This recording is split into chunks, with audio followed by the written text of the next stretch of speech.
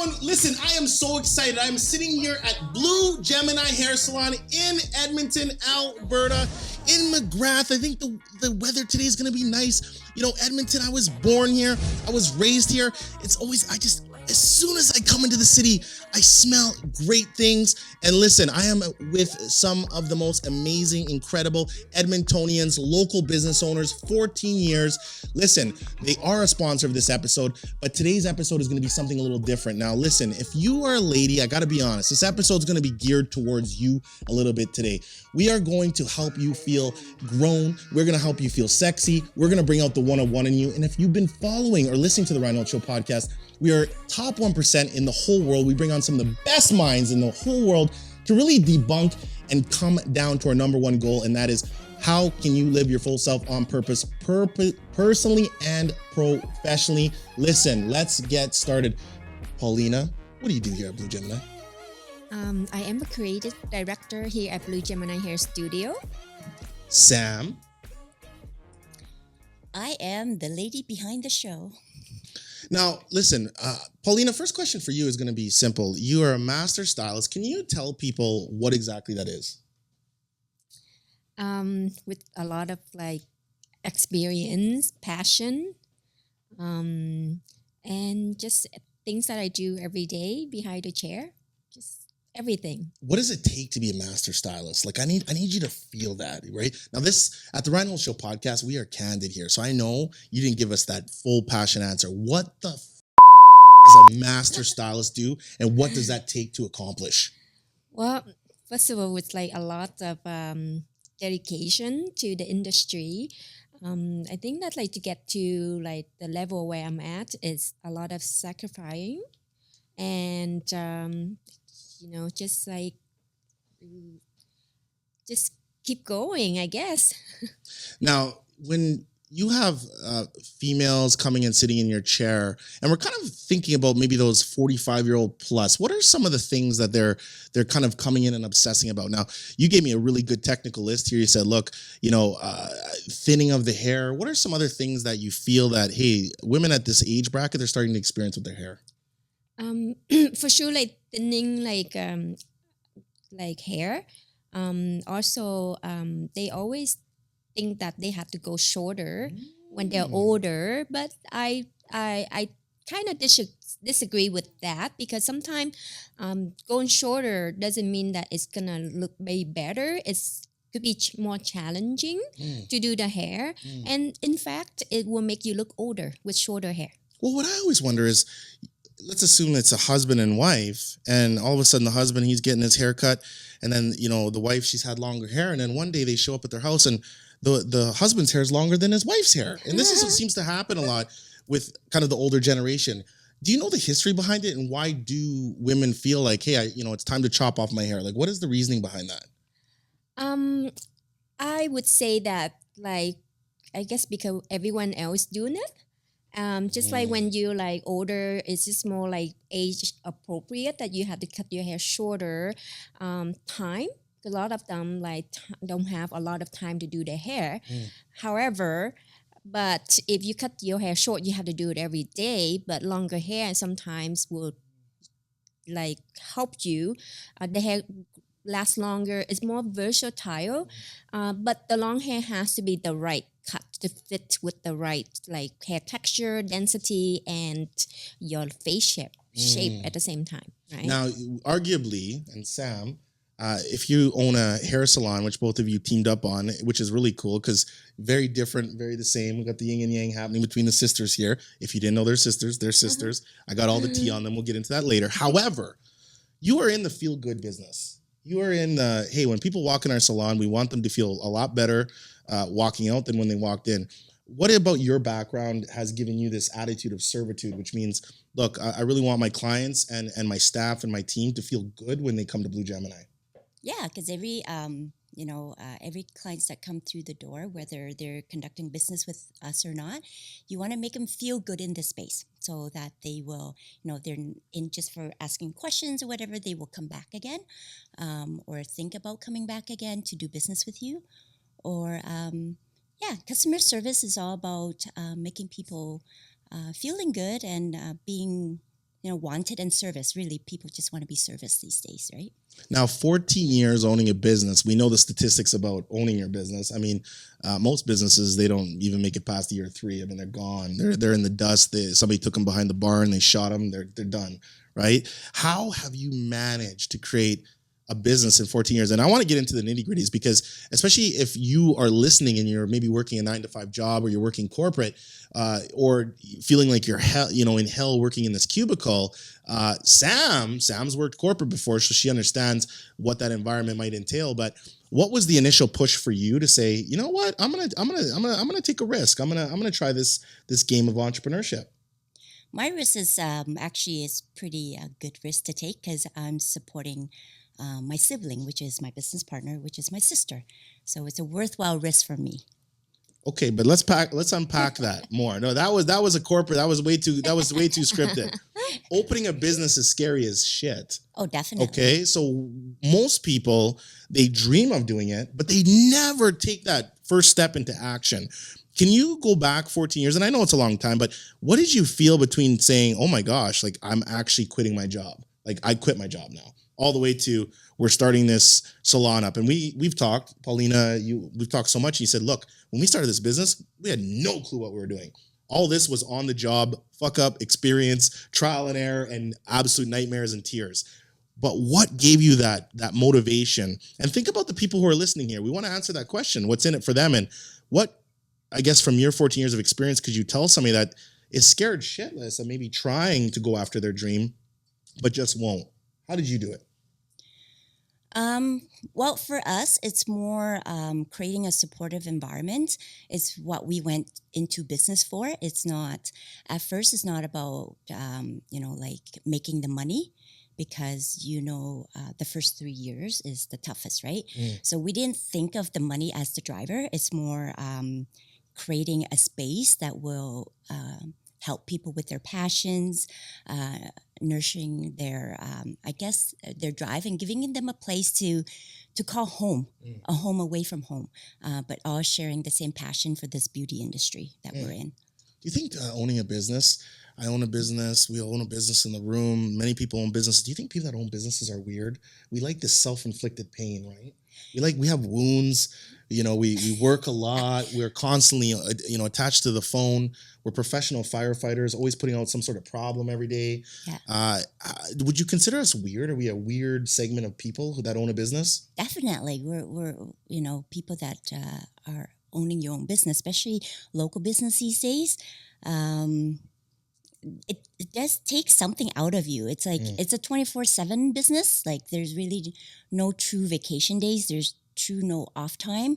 Even when you're with your family, you're thinking about business, or you're putting out fires, you're answering texts, or whatever it is. So it's like if you think owning a business is just more about making money and being rich one day or whatever, it's probably a dream. Now, a lot of, including you guys, you're a mom of actual babies. Now, this is a baby. You physically have children who you call your babies. I have a lot of clients that say, hey, Ryan, look, I'm 45, 50 years old. Some of my clients, they were moms that never worked, raised their kids. Now their kids are older and they're saying, oh my gosh, what do I do with my life? Some were working moms along the way, raising their kids and working. What would you say, being a female and being a mom, to other ladies out there saying, well, yes, I'm a mom and that's important to me, but I also have this burning desire that I want to go after my own dreams? What would you say to them when they're in this kind of turmoil? And a lot of them say, geez, Ryan, I feel guilty. I feel like I'm not giving enough to my kids because I'm pursuing my dreams. What would you say to that? Guilty is probably the number one word that hits me the most. But it's also your desire. Like for me, my drive is like, if I do well in business, I'll do well in my personal life. So it's really unpack that though. What's the correlation between that? That's interesting. I guess it's a balancing act, right? But why do you say, if I'm doing good in my business, I'll do good in my personal life? Why are those connected for you? Well, because it's a drive for me. So like, for me, it's like if I tackle on something, I must do well on both, whether it's, like raising my family or having a successful business, whatever. just making sure that I give it all and do my best in everything. Everybody, I've talked to Sam a lot, and I said, Sam, describe who you are. She's like, I get shit done. I'm like, whoa, I get shit done. I'm like, I get shit done. I mean, she did it in 4 words. I mean, that's pretty good when you describe yourself. I get shit done. And so Sam's intense, right? Which I know you can pick up on the voice tone. She says, look, whatever goals I'm going after, this is what it's going to be about. Sideways over to Paulina. Paulina, this is what's really interesting is Sam's running more the operations of the business. Sam is the creative brand director for the business, knows how to do the hair, understands that. How have you managed to really kind of say, hey, I'm a creative person, but now I'm also going to run a business? Because we know being creative people, it's not always easy to flip over and be like, well, we got to look at the accounting sheets now, right? You're creative. How have you managed to do that? I actually don't look at the sheet at all because that's, and the air conditioning. You said that this morning. Yeah. I don't do that. Yes, there's a lot of things that I do and a lot of things I don't do. Yeah. So I just focus on what I do best. And because I know my weakness and I know my strength, right? So if I want to do something that is out of my comfort zone, like I would do it, but however, I would do a little bit of like research, or else I would always reach out to the people that like can help me. But you know what? A lot of the time, I would say that like having Sam is very, very important for me because she gives me that like support, and also like. Even though that she's my sister, however, she would like if I'm wrong, she will let me know. Like there's no mercy of like relationship whatsoever. No mercy. And I appreciate that because like come from like an honesty and something that a person that if they truly cares about you and they want you to truly be successsul, they have to be honest with you, right? Because if you don't know, you don't know, right? So yeah, I guess you know what? I'm still learning and I'm trying to figure it out what I want and where I go. But having a support is very important. Why this area of the city? Why this strip mall? 14 years. What was appealing about having Blue Gemini here? How did you guys come to that decision? That's a big decision. We live in the area. Close to home. Close to home. Yeah, and we don't want to go downtown. Cross the bridge. Cross the bridge. Yeah. That's truly the reasons. Yes. Straight close up. to home. Yes. Straight up. Now, do you find that your clientele is living around here? Most of your clientele, or are they coming from all over the city? All over the city, but I would say half of our business would be from the area that we're in. Describe your client, your average client here. Walk me through who this person is. We need details, age, occupation. Who is your customer? Who's the client? If she walks through, he walks through, who's the client? So our clientele, because of the area we in, are usually the more, I would say, 35 and up would be. But we have just lately we have a lot of newer, younger clienteles, just because we are also a colorist and extension specialist salon. So we do a lot of color and extension in our space. So we're getting a lot of attractions from the younger clients. So it's kind of nice to have a balance of both now because it lets our stylists kind of have more creative freedom to experience and just try different techniques and just like, a blonde on one person doesn't look the same on the next blonde kind of thing. So I've had that problem too. Yeah. I used to do my hair like Cisco back in the day. So it's kind of nice. We have a mixture of age group right now, I would say, as our client. Now, when I go to your Instagram, we talked about this, right? When we go to salons' Instagram pages, we see the picture of the hair and the heads. And a lot of the time it's younger people on the grid. And so we say, well, who's your clientele? What about our 45, 50 and up women who maybe got the grays and all these things? Why do we see a lot of salons post majority younger content? I'm not saying that you guys do, because I know you're saying, hey, you know what? We're going to start kind of posting more of that matured as well. But why are we always going to the young? Why are we always posting that? Because I can bring up 9 other salons, and most times it's younger people on the Instagram. Why is that? that's what people are posting on social media right now for trends and stuff.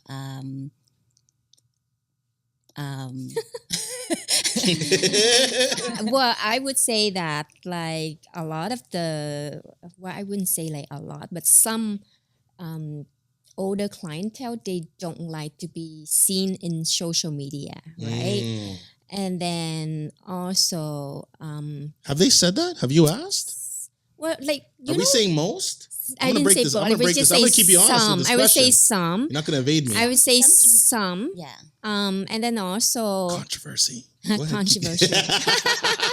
Well, some of the mature clienteles don't want their picture to be taken or posted on social media Understandable. platform. Yeah, Because a lot of understandable. them don't are either not on social media or are a little bit shy about getting their pictures Or just taken. private. Yeah, Yep. or more private. So Yep. we respect that. Yep. And a lot of the younger generation love being on social media, right? So they have more than willing for us to take their pictures. So yeah.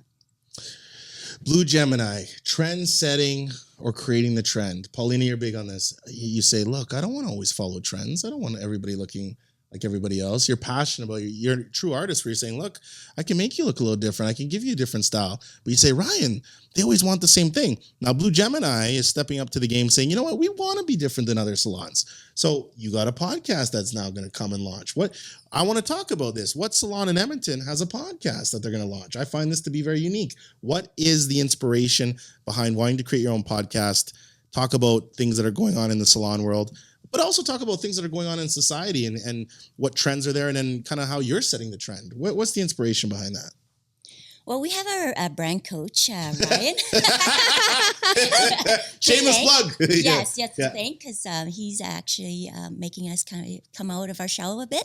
But the reason why for the podcast is I think we're always the people behind the scene, or we're the shy, the two shy Asian, sisters. We want to be, our voice to be heard. We want to, be uncomfortable a little bit, because I think with being uncomfortable, it will help us. Say it again. grow. Say it louder. Say uncomfortable. Uncomfortable. Yeah, whoa. Oh, gosh. Because that equals growth. The moment we get uncomfortable, we know growth is around the corner, right? Yes. Yeah, and we want the podcast not just to be surrounded by just hair topics, but other topics that intrigue us and hopefully intrigue our audience. And we're welcome to, people giving us some ideas for our future podcast also, what they want to hear about. Well, it's interesting too. So, Paulina, I've heard it from a lot of people when you walk into a salon, especially if it's a high-end salon. A lot of people say, man, this thing's bougie. Like this is making me feel uncomfortable. Like I don't feel welcomed. I don't feel like I'm dressed nice enough. I just don't feel like I belong here. How does Blue Gemini kind of address that and say, hey, just because we all kind of look great and we're cleaned up and we look nice, everyone's welcome. How have you kind of, enforced that into the culture at the salon, not only for just the clients, but also the people that work here, your team? Well, for us, team environment's the most important thing, right? So, when there's a cohesive team, making sure that everybody receives the same messages, and also every like I said earlier in the podcast, every individual that walks through the door is welcome. So it doesn't matter if you're conducting business or not. We're here to service you, whether you're just coming in for a question about products we carry, about the services that we provide, about, I don't know, some people come in to ask us just to call a cab for them. And we're more than happy to do that, right? Yes. Because we're here to provide service, and whatever that service is, that makes sense. Yeah. So arguably, Paulina, you know this, I guess on the female side too, is females consider their hairstylist like, once you find a hairstylist, like you will travel for that hairstylist. So you're not just a hairstylist to some of your clients, you're also their therapist, their friend, their family member. Tell us a little bit of tea, let's call it tea gossip, of what is some of the people that sit in your chair talk about, and what are some of their, I guess, anxieties or fears in life? What do you hear mostly? Do I have to talk about this? Yes, please. No name dropping. Confidential, of course.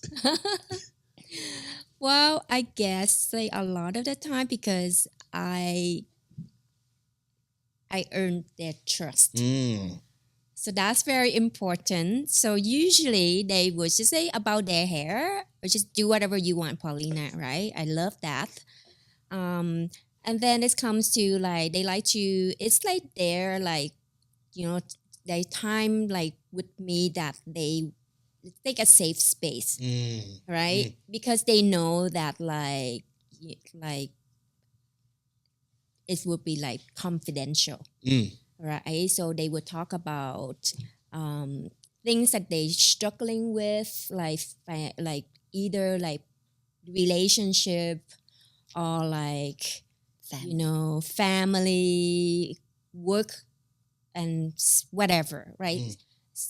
And then I just say my job is listen, right? And then like if I'm gonna give them like because they ask me for like my thoughts, I would provide the thoughts, but I would tell them that was just like my thoughts, right? So please, like just because I said that, take like with a grain of salt. exactly, right?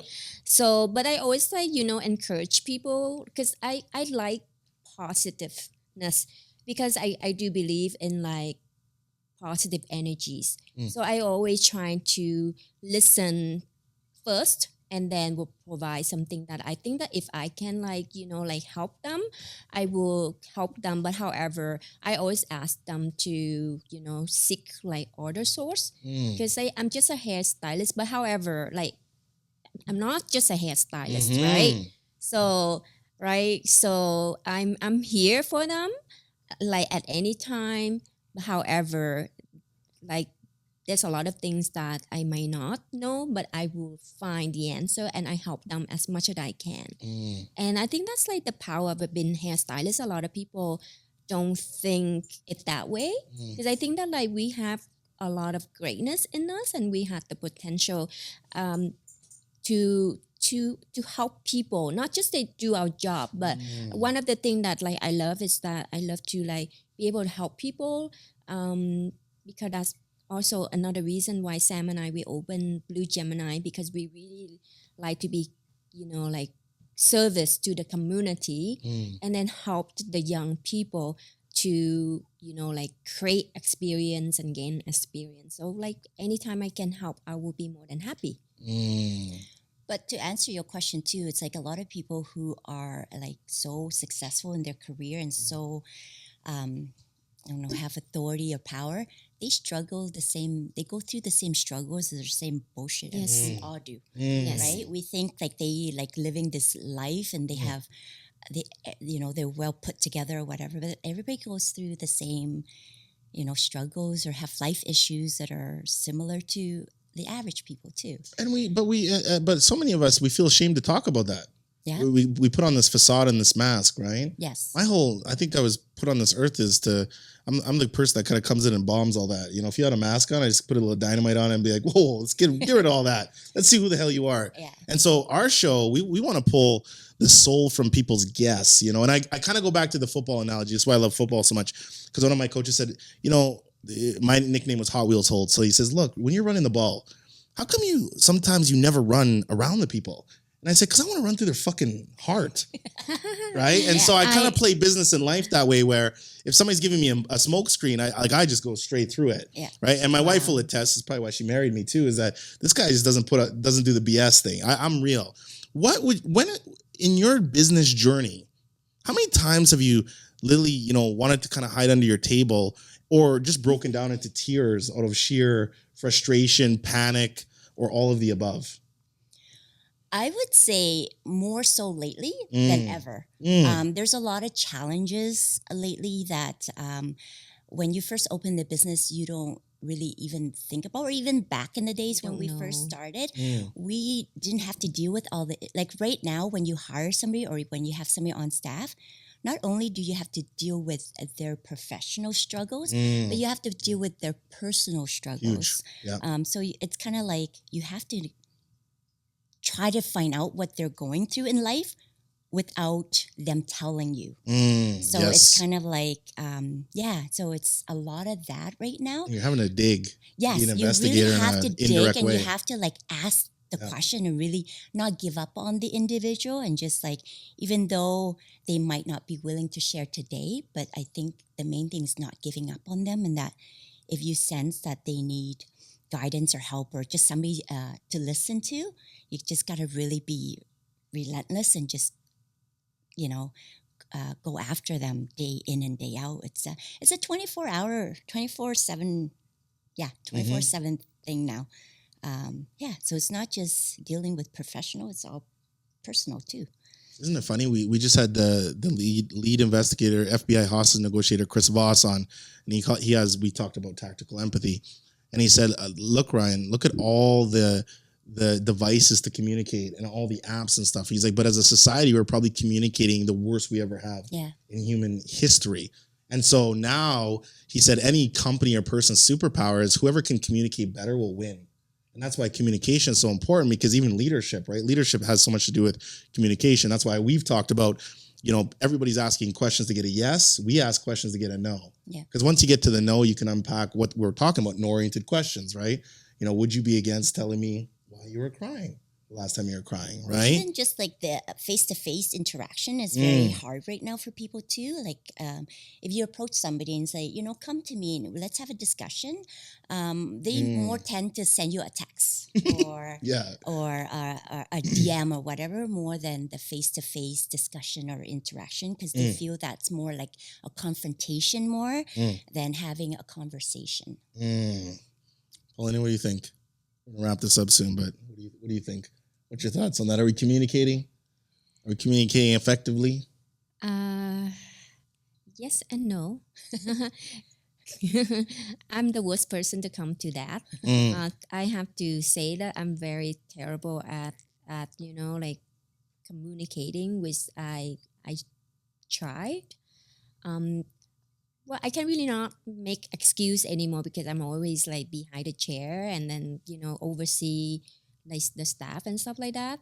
Right. So I try to communicate, not like in person, right? But just more like over like like we have like a group text that we text, or like I will reach out to the individual, separately. Just like I would try to communicate like whichever ways that I can. But however, I do believe in like in-person communication is the most effective. Huge. Right. Yeah. So something that I need to work on and, find time for it. I think a lot of things is all about convenience these days, right? Like a quick text is more convenient than setting a time for a face-to-face conversation, or, like everything is about convenience these days. That's kind of like the society we're living in right now. Time is precious. Time is precious. Yes. Also, like when we try to call people, they don't pick up. But when you text people, they respond. Right. So they text you back and say, "Hey, I see you I called." was just like, you know what? Like if I want to get a hold of somebody, I will find my way to get a hold of that person, no matter which way. I'll try everything. Listen, on that note, hey, we're so excited. Again, if you love the Ryan Holtz Show podcast, you love yourself, because this show is all about you. Again, sponsored by Blue Gemini Hair Studio, but we truly, truly, truly want to see everybody succeed. And remember, curiosity should always be your mandate. Hit the 5-star, leave the review. You know where to find us. And please give a round of applause for these two amazing ladies here, stepping out, stepping up, and innovating their space. Ta-ta. We're so glad you enjoyed this episode of the Ryan Holtz Show podcast. Please don't forget to smash that 5-star review, as Team Holtz will love you for it. Also, say hi to Ryan anywhere on social media using the handle @RyanHoltz1. That's RyanHoltz, 1. And if you or your business is looking to expand your brand, book a brand jam with Ryan using the link in the show notes.